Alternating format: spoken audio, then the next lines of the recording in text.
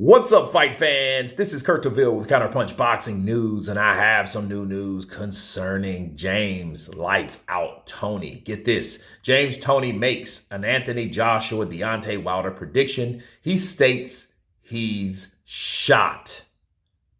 Ouch. Anthony Joshua versus Deontay Wilder are coming closer to a fight, but of course they got to get past Otto Wallin and Joseph Parker in order to do it. And this is what he had to say. He said, Anthony Joshua is shot. Okay? He says, Wilder Joshua, he's totally shot, man. It is what it is. Joshua showed his true stature. He gets scared. AJ has to come in for some criticism after being gun shy, something he simply being a smarter fighter. And what else did he say? And that's it. Well, he says AJ gets scared, gun shy, he's shot. And let me counterpunch. The question you ask yourself, does gun shy mean shot? Well, scared, tentative. It makes me think of Manny Pacquiao. Yeah, I remember Manny Pacquiao. Two fighters, actually. Manny Pacquiao and Marco Antonio Barrera. And let's start with Pacquiao first. Pacquiao was knocked out cold by Marquez. Okay, December 8th, 2012. I remember that night well, very well.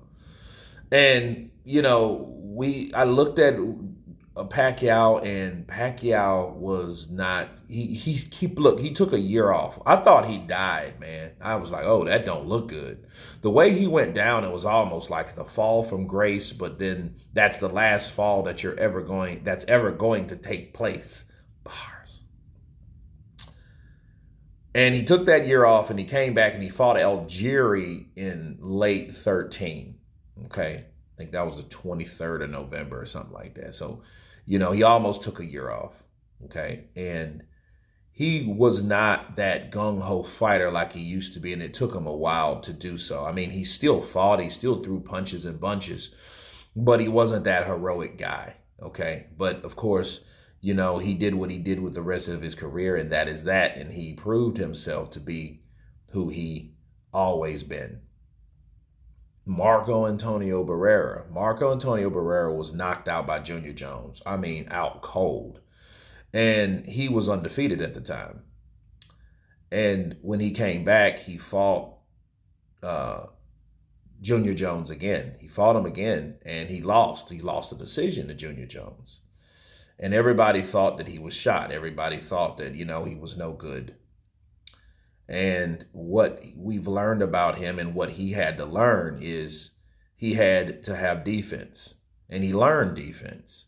And he learned how to box more. He learned the respect of boxing more, not just brawling in Mexican style and head, body, head, you know, shots to the body and working on the inside or just coming in with his eyes closed. He used to do that shit. I'm like, yo, stop.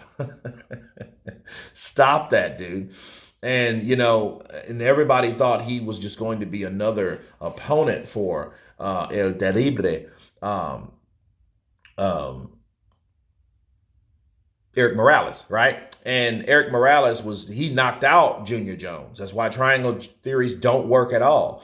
So he knocked out Junior Jones, the same guy that knocked out Barrera and then beat him again.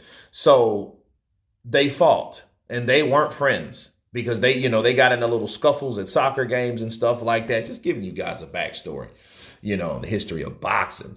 And Marco Antonio Barrera and Eric Morales in the year of 2000 probably fought the best fight of 2000. Because, I mean, we had many fights in 2000, to be fair, but that was one of the best fights that I've ever seen. And Marco Antonio Barrera showed him that he could brawl and he could box. And he wasn't no bitch, and he wasn't who they thought he was. And what they were saying was absolutely scary. Because, see, at that point, Morales was being primed for guys like Prince Asim Ahmed, because back then, that was the guy back in the day, Prince Asim Ahmed. Okay. And then when Barrera, fought him and pieced him up, he lost the decision, and Barrera knocked him down in the 12th round. So it was a little bit of corruption there because Morales was Bob Arum's fighter and stuff like that. So everybody called, okay, that's a robbery or whatever. But they had a great fight. And Barrera went on to beat Prince Asim Hamed, you know what I mean? And to show that, hey, I can also box and brawl. So I'm not what you think I can adapt. I think that Anthony Joshua is doing the same thing.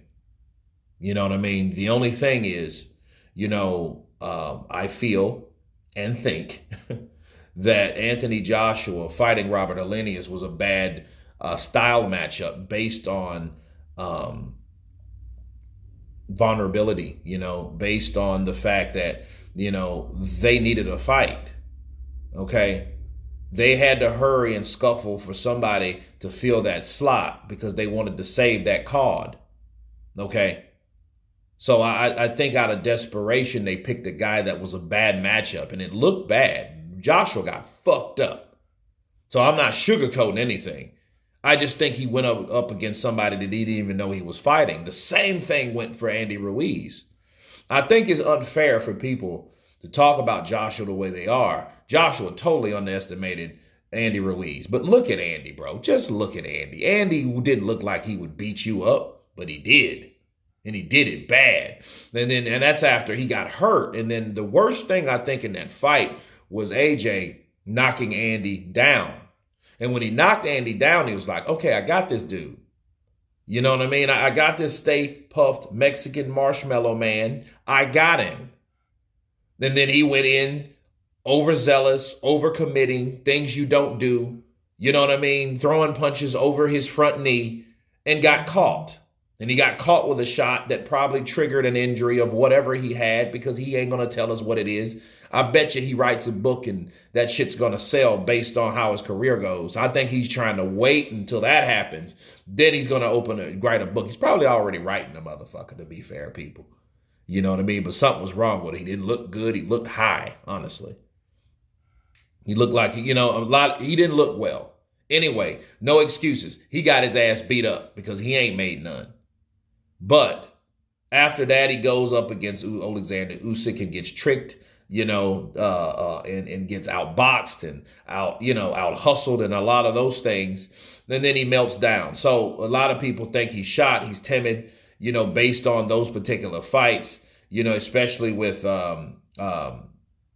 Jermaine Franklin. And Jermaine Franklin basically was a guy that he didn't supposed to fight either because he's supposed to fight Dillian Whyte, the winner out of Dillian Whyte and Franklin. And Dillian Whyte beat Franklin. He just decided to fight Franklin, then fight Dillian Whyte. But here's the kicker. When he did fight Jermaine Franklin, I hated that fight. He looked like a new version of Vladimir Klitschko. Okay? And I hated the way Klitschko fought.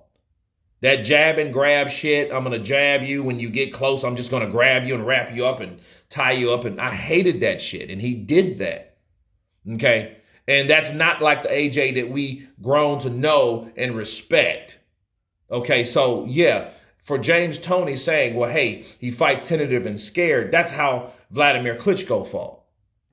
However, Vladimir Klitschko's last fight, he didn't fight like that at all. And it came down to the wire who was better between the older Asian champion, a guy that was going to put everything on the line against the young lion, Anthony Joshua. And we seen one of the best fights of 2017. So if he is going the Vladimir Klitschko route, I hope he's able to come out of that box one more time to show us, just like Vladimir Klitschko showed us, that he is a feared champion or was a feared champion, and he showed you how good he really was, or at least how he used to be.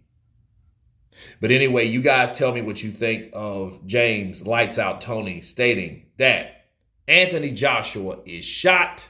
He's a scared fighter. Of course, please subscribe. And you guys been Counterpunch. Peace!